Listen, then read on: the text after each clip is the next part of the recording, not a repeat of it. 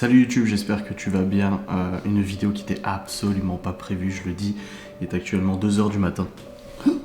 Tu vois, 2h du matin et je suis actuellement en discussion avec 2-3 abonnés sur Instagram. J'ai fait une story discussion et on parle en fait d'un sujet que tout le monde parle en ce moment un petit peu sur YouTube et tout ça, c'est le fait que les commentaires de certaines vidéos soient désactivés, enfin de certaines chaînes YouTube. Et en discutant justement avec ces abonnés, je leur ai dit mais putain en fait c'est un bon sujet de vidéo, j'aimerais vous exposer mon opinion sur le fait que des chaînes YouTube familiales en l'occurrence se soient retrouvées avec les commentaires désactivés sur quasiment toutes les vidéos. Il faut savoir que Maëva n'a pas subi ça. Moi je l'ai eu, mais quand j'ai réactivé ça n'est plus reparti. Déjà qu'on se dise on n'a pas payé YouTube, on n'a pas magouillé pour ne pas les avoir ou quoi que ce soit, comme ce qu'on peut entendre des fois en commentaire et tout ça. J'ai ma petite idée, j'ai clairement ma petite idée sur le pourquoi du comment et je veux vous l'exposer. Je me trompe probablement, hein, je veux dire, je suis pas la science infuse, mais pour moi, au niveau des désactivations de commentaires, alors, comment ça s'est passé? Du jour au lendemain, en fait, je me suis retrouvé sans commentaires et j'ai vu que plein de gens commençaient en story Instagram et tout ça, commençaient à scandaliser en disant putain, on n'a plus de commentaires sur les chaînes YouTube, un tel c'est plein, etc. J'ai regardé la chaîne YouTube de Maëva, elle n'était pas concernée, pourtant elle a eu un bandeau bleu et encore il y a une semaine, elle a encore eu un bandeau bleu qui lui disait que les commentaires étaient susceptibles d'être désactivés, machin, pour des raisons de sécurité, pour protéger les mineurs. C'est quand il y a eu le grand scandale des suppressions de chaînes YouTube Famille et Maëva n'a pas été touchée, moi je l'ai été, j'ai réactivé, j'ai fait un bulk, j'ai réactivé en fait tous les commentaires sur toutes les vidéos, ça a refonctionné, j'ai plus de soucis, plus rien, et depuis ça n'a pas bougé. Je sais qu'il y a pas mal de chaînes YouTube Famille qui ont eu les commentaires désactivés. Pour moi, et là je vais vous exposer mon opinion, parce que voilà, c'est juste une petite vidéo un peu fait dans le show, parce que j'ai les idées qui sont encore dans ma tête, donc je me dis je vais pas aller me coucher, parce que si je me couche demain, j'aurai plus les mêmes idées. Enfin, ça sera pas synthétisé de la même manière, mais pour moi, clairement, cette désactivation de commentaires prend en compte plusieurs facteurs et plusieurs éléments de la chaîne YouTube.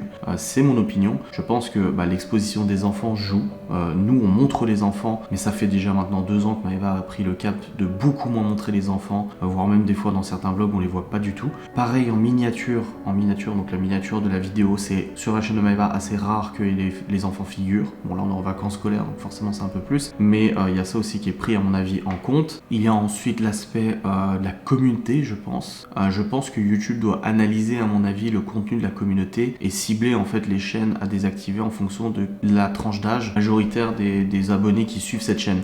Typiquement pour Maëva, et ça je le redis, ces statistiques sont véritables, elles pas être magouillées ou quoi que ce soit. Ces statistiques sont monnayées à des milliards d'euros en publicité par Google. C'est pas possible que ça soit autrement, mais je pense que en tout cas Maëva, elle a 92% d'adultes et de femmes qui la suivent sur YouTube. Peut-être qu'une chaîne YouTube où ils auraient peut-être 60% d'adultes, donc 40% de mineurs, serait plus susceptible à avoir des dérives dans les commentaires ou des appels de pédophilie ou quoi que ce soit. Et YouTube préférait en fait simplement jouer la précaution. Donc peut-être que la désactivation des commentaires provient des miniatures, du contenu de la vidéo où les enfants sont assez montrés, des statistiques démographiques, d'âge, etc. De la chaîne YouTube, enfin des abonnés de la chaîne YouTube. Et aussi, à mon avis, et ça joue aussi beaucoup, c'est le fait que le YouTuber, donc l'influenceur, gère ou pas son espace commentaire. Je pense que YouTube doit avoir un scoring au niveau du YouTuber et en fonction du nombre de fois où le YouTuber va modérer ses commentaires, liker les commentaires, répondre aux commentaires, etc. en fonction du nombre de commentaires, sur une durée de 30 jours ou 40 jours ou 50 jours, le YouTube va estimer en fait qu'il a un score sur 100. Par exemple, un YouTuber qui a, je sais pas, 500 commentaires par vidéo tous les jours et qui va jamais les lire, qui va jamais les liker, jamais y répondre, ou même supprimer les insultes ou les appels à la haine ou quoi que ce soit, je pense qu'il aura un scoring qui sera vachement bas. Tandis qu'un YouTuber, et forcément c'est notre cas, qui lisons tous les commentaires, likons les commentaires, répondons aux commentaires, qu'il y en ait 100, 200, 300, 400, 500 ou parfois même plus de 1000, doit aussi jouer. Et à mon avis, le scoring du coup doit monter. Pour moi, désactiver les commentaires n'est pas une solution. C'était vraiment radical, mais en même temps c'est ce qu'ils ont été obligés de faire, plaire aux annonceurs. YouTube est là pour gagner du fric. Les YouTubeurs aussi, faut arrêter de faire croire que... ouais, désolé, les abonnés sont en train d'attendre, je vais juste leur dire, parce que je les ai laissés un peu en plan. Attendez, je suis en train juste de tourner ma vidéo, la vidéo sur les commentaires, donc je reviens tout de suite. J'aime bien ce genre de discussion avec les abonnés parce on est 3-4 et on s'échange des super idées, des super commentaires, même des choses où on n'est pas d'accord et tout ça. Et je trouve que c'est vachement bien. L'échange, il passe super bien. Donc je disais au niveau de YouTube, pour moi donc, merde, j'ai plus de batterie, fait chier, bordel de merde. Bref, j'ai mis des insultes, je vais me faire démonétiser. Ils ont dû désactiver les commentaires, mais c'est pas une solution. Pour moi, YouTube, et je l'ai dit dans mon live, est-ce que les chaînes familiales vont disparaître, YouTube devrait donner des outils aux YouTubeurs plus performants pour modérer les commentaires.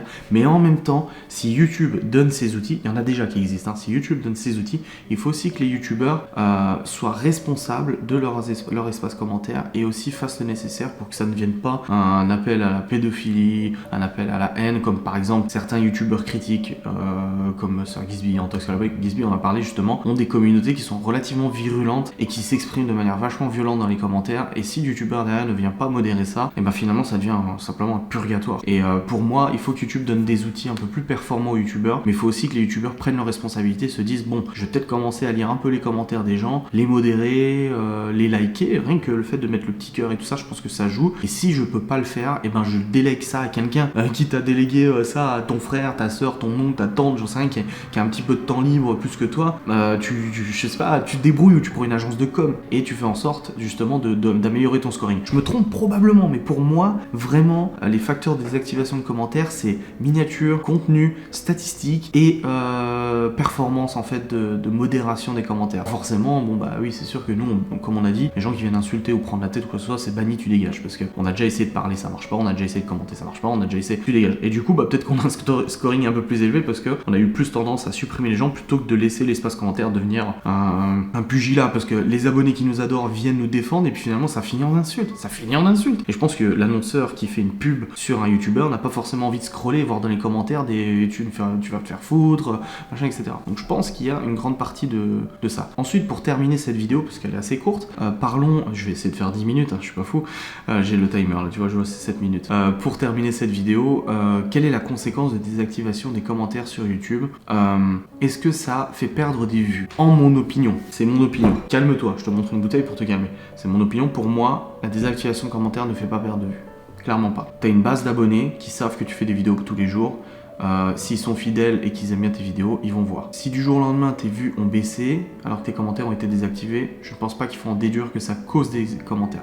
Ça peut être en partie à cause des désactivations de commentaires, mais je pense qu'il y a d'autres facteurs qu'il faut prendre en compte. Ensuite, est-ce que la désactivation de commentaires peut faire perdre des abonnés ou alors peut ralentir le nombre d'abonnés gagnés tous les jours? Oui, clairement. Autant pour les vues, je peux dire que la désactivation des commentaires n'a pas d'impact sur ton audience déjà présente. Après, on sait qu'une chaîne qui fait 300 000 abonnés va pas faire 300 000 vues. Et plus tu as d'abonnés, plus ton delta vues abonnés en fait s'augmente. Mais pour moi, la désactivation de commentaires implique une moins bonne mise en avant de tes vidéos et forcément directement en fait moins d'abonnés. Les gens en fait ont moins le petit bouton de suggestion d'abonnement, etc.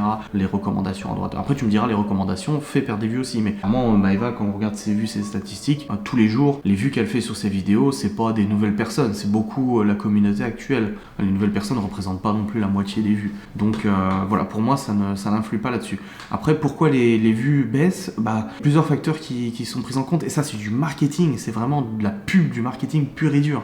Les tendances au niveau de l'année, par exemple au mois d'août les vues baissent, au mois de janvier les vues baissent, parce que les gens ils sont en résolution de la rentrée, tout ça, ils regardent un peu moins YouTube, ils consomment moins YouTube, il y a déjà ça qui rentre en compte. Il y a aussi le contenu, il faut écouter la communauté, il faut écouter les tendances. Vraiment là je parle du marketing. Un jour Maëva, les gens ont dit tes vidéos sont trop courtes. On a fait des vidéos de 20 minutes, les gens ont dit les vidéos, putain, de 20 minutes c'est une bonne durée. Certaines personnes étaient pas contentes et finalement on écoute, on se dit ok, machin, là il préfère du 20 minutes. Bon, on reste sur du 20 minutes. Si ça se trouve, dans 6 mois, les gens vont dire que c'est trop long et on verra qu'il y a une baisse des vues. Si c'est le cas, il faudra du coup agir en conséquence et constamment anticiper les tendances. Il faut pas croire qu'une chaîne qui perd des vues, c'est forcément à cause de YouTube ou quoi que ce soit. C'est peut-être tout simplement parce que la tendance actuelle au niveau de l'année n'est pas bonne, la tendance aussi de ce que les gens aiment regarder n'est plus la même. Il peut y avoir en février 2019 un grand intérêt des gens pour du vlog famille, retour de course, etc. Et tu vas faire ça pendant 3 mois, 6 mois, tu vas voir que les gens sont super emballés regarder comme les hand spinners et tout ça. Et tu vas arriver au mois de juillet, tu vas te rendre compte que tes vues se cassent la gueule et je te dis, mais je peux pas, j'ai rien changé à mon contenu. C'est pas parce que ton contenu a changé que les gens ne regardent plus, c'est parce que les gens ont changé. Moi-même, il y a des fois où j'ai des périodes où je regarde énormément les vidéos d'Amixem, machin, etc. Je consomme. Et il y a des périodes comme actuellement où j'ai pas envie. C'est des vidéos qui me plaisent plus pour l'instant. Peut-être dans 6 mois, j'aurai de nouveau envie de les regarder. Et voilà, je pense qu'il faut pas non plus tout foutre sur le dos de YouTube en disant c'est à cause de YouTube mes vues baissent ou quoi que ce soit. Et n'y voyez pas une attaque ou quoi que ce soit. Oui, j'ai regardé des vidéos de youtubeuses qui parlaient de ça, qui se plaignaient, etc. parce que YouTube l'a suggéré. Et avant d'en parler, je préfère voir l'opinion des autres, un peu ce qu'ils en pensent, est-ce qu'on partage le même avis ou pas. Donc pour moi, c'est pas forcément la faute de YouTube si les vues baissent. Actuellement, Maeva fait des bonnes vues. En règle générale, le déménagement a provoqué vraiment un bel afflux de vues. Franchement, ça a augmenté considérablement les vues. C'est redescendu un petit peu parce que le déménagement est passé. On voit qu'il y avait de l'intérêt pour des vlogs déménagement. On voit que pendant les vacances en Turquie, il y a eu beaucoup moins de vues, ce qui est tout à fait normal. Parce que le public de Maeva est focalisé sur des vlogs famille à la maison, travaux, etc., etc. Même en exposant de manière vraiment assez limitée les enfants, on voit que les vues sont toujours là. Mais les vacances, on savait très bien que les vues allaient baisser, en plus au mois d'août. Alors c'est le pire du pire. Donc il faut juste s'adapter. Après, il y a les petites putaclics, toutes ces choses-là, mais on va pas rentrer dans le détail. Mais clairement, il faut constamment anticiper, constamment réfléchir à ce que les gens vont vouloir. Il faut pas se dire que si ton contenu a plu à un moment donné, il plaira forcément pendant 3 ans. C'est pas comme ça que ça marche. Il faut écouter les gens en commentaire. Je sais que parfois dans les vlogs Maeva, je prends un peu plus souvent la caméra parce que Maeva est occupée. On n'a pas du tout les mêmes façons de filmer. Mais elle, quand elle filme, en fait, elle préfère se poser, vous parler 5 minutes et reposer la caméra. Et du coup, quand elle est en train de faire quelque chose, elle n'arrive pas à arrêter le truc pour filmer. Donc je prends la caméra, je la filme, j'explique, oui voilà, je suis avec Maeva. Et il y a quelques mois, il y a pas mal de petits commentaires qui sont arrivés en disant « Bon, Adrien prend souvent la caméra en ce moment, c'est un peu dommage, on voit moins Maeva. » Ça, vous le savez pas, mais en background, si vous voulez, derrière, je suis venu vers Maeva et elle m'a dit prends voir la caméra pour leur raconter ça. J'ai dit non Maeva. J'ai dit non parce qu'il y a eu des commentaires assez de manière, il n'y a pas eu 500 000 commentaires, mais il y a quand même des commentaires assez répétitifs qui reviennent en disant que je prends un peu trop souvent la caméra. Donc reprends-la toi, focalise-toi là-dessus et comme ça c'est mieux. Et ça vous le voyez pas forcément passer. Alors je le dis en commentaire en disant ouais les gens aiment pas me regarder ou quoi que ce soit pour rigoler, pour dire vous voyez on a pris en compte ça. Là actuellement vous aimez nos vlogs travaux etc. Ça se trouve dans 3 mois vous en aurez plus rien à foutre. Ça vous saoulera. Aussi on a commencé, enfin Maeva a commencé à intégrer de l'humour dans ses vidéos parce que tous les deux de toute façon c'est de l'humour au quotidien. Maeva et moi c'est de la rigolade constante et quand elle a commencé à intégrer un peu nos délires et notre humour dans les vidéos, j'ai dit à Maeva oulala je suis pas convaincu. T'es sûr que c'est ce qu'ils veulent les gens? Finalement elle a commencé à le faire et tout ça, nos délires tu te calmes et tout. C'est déjà un moment qu'on a commencé ça mais c'est pour vous donner un exemple. Et ben on s'est rendu compte que ça plaisait énormément. Pour l'instant notre côté un peu parent déjanté, parent indigne et tout ça vous plaît, on l'assume parce que c'est nous, on est naturellement comme ça, mais vous l'aurez tout de suite perçu si c'était faux. De toute façon je pense que ça se voit à la caméra et si ça se trouve dans 6 mois vous allez en avoir marre de cette image et peut-être dans 6 mois vous allez vouloir avoir des vlogs de parents très sérieux, très posés qui parlent de Sciences Po, je sais pas quelle connerie en fait au quotidien. Peut-être. Donc il faut écouter la communauté, il faut... Et je parle pas des connards, hein, des gens qui viennent balancer leur haine ou quoi que ce soit, mais il faut écouter. Ouais, je suis désolé, la caméra a perdu sa batterie, du coup je sais plus où j'en étais, j'ai dû changer la batterie, enfin bref.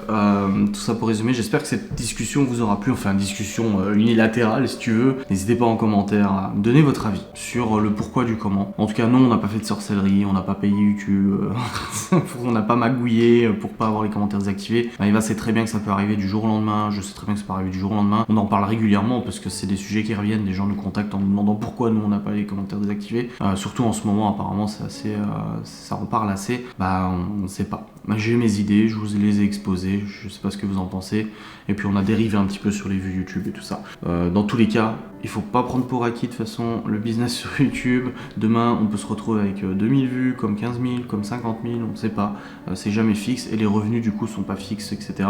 Et je pense que actuellement, oui, la situation sur YouTube fait souffrir beaucoup de youtubeurs parce que peut-être certains pensaient que ça allait être très rentable pendant très longtemps, je sais pas. En tout cas, nous de notre côté, on ne se repose pas que sur YouTube, très important. Mais voilà, c'était mon avis. Je vous remercie de l'avoir écouté et je vous dis à très vite.